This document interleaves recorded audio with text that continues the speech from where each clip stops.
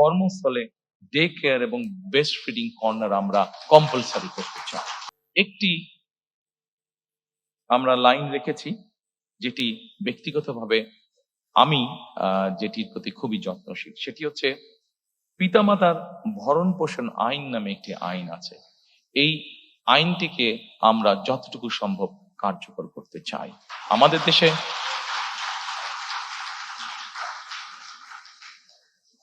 দেশে এরকম অনেক বৃদ্ধ পিতামাতা আছেন যাদেরকে অনেক সময় যে কোনো কারণে সন্তানরা দেখতে চায় না বা ভরণ পোষণ করে না, কিন্তু রাষ্ট্রের পক্ষ থেকে কিভাবে বৃদ্ধ পিতামাতাদের পাশে দাঁড়ানো যায়, কিভাবে তাদেরকে সহযোগিতা করা যায়, এই ব্যাপারে আমাদের পরিকল্পনা রয়েছে। আমরা আশা করি আমরা ইনশাল্লাহ দেশ পরিচালনার সুযোগ পেলে পরে আপনারা যারা আজকে উপস্থিত আছেন এই কাজটিতে যখন আমরা হাত দিব, আপনারা যারা সিনিয়র সিটিজেন আছেন আমাদেরকে সহযোগিতা করবেন। Thank you. পরে সেকেন্ড যেটি আছে আমাদের নারীর ক্ষমতায়ন। নারীর ক্ষমতায়নের ব্যাপারে এর আগেই বলেছি যে আমাদের যে ফ্যামিলি কার্ডটা, এটার মূল লক্ষ্য বা উদ্দেশ্যটা কি? মূল লক্ষ্য বা উদ্দেশ্য হচ্ছে, আমরা যদি জিনিসটাকে এভাবে দেখি, এর আগে বেগম খালেদা জিয়া যতবার রাষ্ট্র পরিচালনা করেছেন আপনাদের সকলেরই ধারণা আছে যে নারীদের শিক্ষা ব্যবস্থা ক্লাস 1 থেকে 12 পর্যন্ত নারীদের শিক্ষা ব্যবস্থা উনি ফ্রি করেছিলেন। সম্মানিত উপস্থিতিবৃন্দ, আমাদের দেশে এখন যে কোনো স্কুল কলেজ যেখানেই যাই আমরা যদি এনরোলমেন্ট দেখি আমরা দেখবো যে ছেলে মেয়ে সমান সমান, ক্ষেত্র বিশেষে মেয়েদের সংখ্যা বেশি বিভিন্ন স্কুল কলেজ সবকিছুতে। এখন শুধু শিক্ষা দিলে তো হবে না, আমি যেটা আগেই বলেছি, শিক্ষার পাশাপাশি আমাদেরকে অর্থনৈতিক ভাবে, সামাজিক ভাবে এই নারীদেরকে আমাদের প্রতিষ্ঠিত করতে হবে।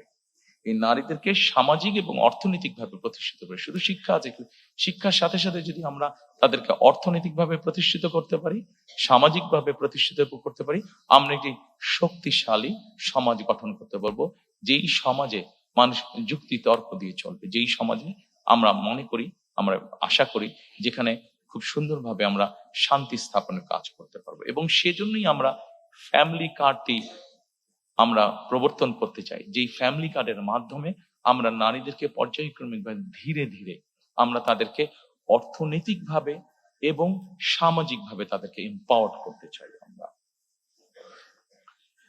সম্মানিত উপস্থিতিবৃন্দ,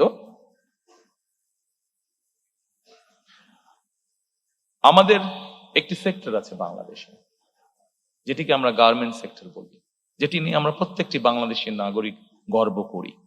আমরা যখন বিদেশে যাই, যারা বিদেশে থাকি বা বিদেশে যাই, আমরা যখন জামা কাপড় কিনি, যখন লেবেলটা দেখি মেড ইন বাংলাদেশ, আর মুখের মধ্যে সুন্দর একটা হাসি আমাদের ফুটে উঠে, ভালো লাগে মনের মধ্যে যে এই জামাটা মেড ইন বাংলাদেশ। যখন কোনো ব্র্যান্ডেড শপে আমরা দেখি মেড ইন বাংলাদেশ কাপড়টা, এই গার্মেন্ট শিল্পে বহু নারী কাজ করেন। বলা যায় টোটাল গার্মেন্ট শিল্পে যত মানুষ কাজ করে, যত শ্রমিক কাজ করে, তার 70% বা তার কিছু বেশি নারী শ্রমিক আমাদের।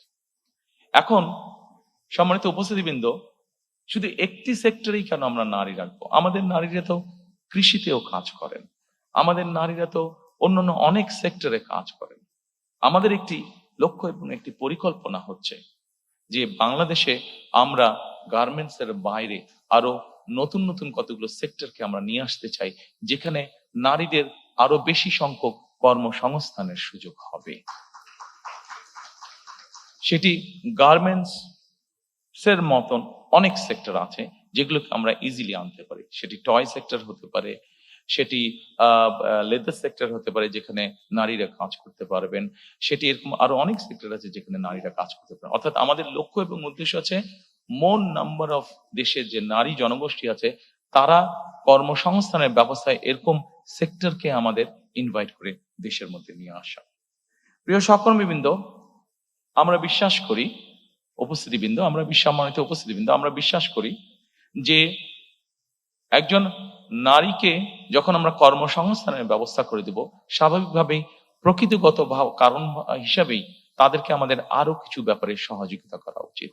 তাদের কর্মঘণ্টা কমানো বা বিভিন্নভাবে ডিস্ট্রিবিউট না করে, বরঞ্চ আমরা যদি প্রাকৃতিকগতভাবে বিষয়টি বিবেচনা করি, একজন নারীকে তার সন্তানকে অনেক সময় দেখভাল করতে হয়, হয়তো ঘরে হয়তো তার সন্তানকে দেখভাল করার মতন সেই সাপোর্টটা তার নেই, তার কর্মসংস্থানে যাতে তাকে সেই সাপোর্টটা দেওয়া যায়, সেই জন্য আমরা কর্মস্থলে ডে কেয়ার এবং বেস্ট ফিডিং কর্নার আমরা কম্পালসারি করতে চাই।